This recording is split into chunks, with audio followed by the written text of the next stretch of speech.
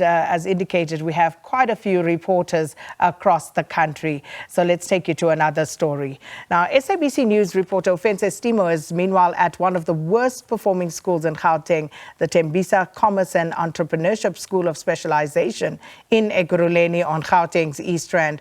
Now, the school achieved the lowest pass rate, that's a 64%, representing an 8% drop from the previous year's 72%. In general, Gauteng East had the lowest pass rate in areas such as KwaThema, Tsakane, Duduza, and they were below 82%.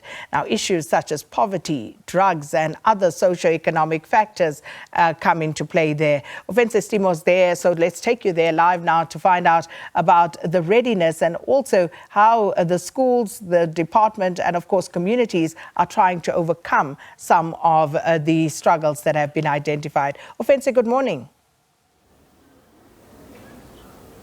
Good morning and good morning to your viewers, Sakina. As you rightfully mentioned in your intro there, a myriad of issues have actually affected the performance of this particular school that we're actually coming to you from. We know that this particular school was actually relaunched in 2022. It used to be Tembisa High School, and then it was actually relaunched to be the Tembisa School of Specialisation, specializing in entrepreneurship and commerce. Among some of the subjects that they are doing is home economics, and they also have hospitality. But unfortunately, due to some of the issues that you alluded to in the intro, they actually received around 64% pass rate. But I'm actually joined now by the spokesperson of the Gauteng Education Department to elaborate a bit further on how the Ekurhuleni has actually performed in particular. Thank you so much for your time, Bra Steve. This particular school, you had high hopes for it when you relaunched in 2022, hoping that, learners that matriculate out of this school would actually come out with skills. But unfortunately, there was a 7% drop last year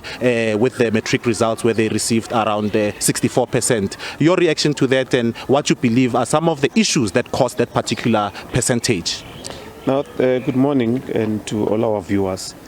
Yes, the problem here was management. You see, if there's infighting, the school is not well managed, then you have the performance will then dip. So we have now a new principal that is taking care of the school, made inroads, made necessary changes, encouraging that they must not be late coming. Educators, as it were, they now, stationed at their classrooms. There's a lot of changes that has been put on the table of the, different educators, and we are quite hopeful that the school will change. The principal was telling me that he's hopeful that probably will hit 70%, but in the next year is gunning for over 90%, and we are hopeful that will make those changes.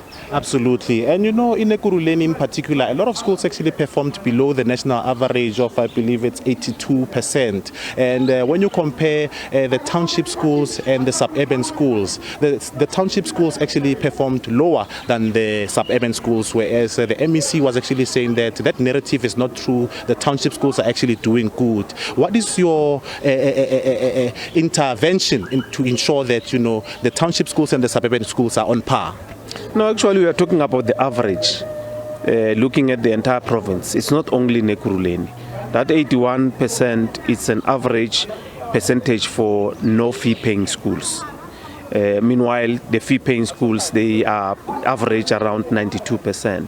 So it's a difference of 10%, which we are pushing. I mean, we're improving township education because most of our no fee-paying schools, they are in the township.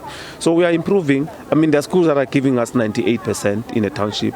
There are schools that are giving us 100%. So we want most of our schools in the township to give us, over 90. Then it will make a dent in changing the narrative and changing the percentage to, probably over 90. That will be an average, for the no fee paying schools. Thank you very much. We unfortunately ran out of time there as we are crisscrossing the country, highlighting some of the challenges and the first day of examinations. As you heard, that was Steve Mabona actually saying that, they are actually working on improving township schools, which actually performed below the national average of around 82%. And with that, it's back to studio. Well, thanks so much, Ofentse Stimo on Gauteng's East Rand.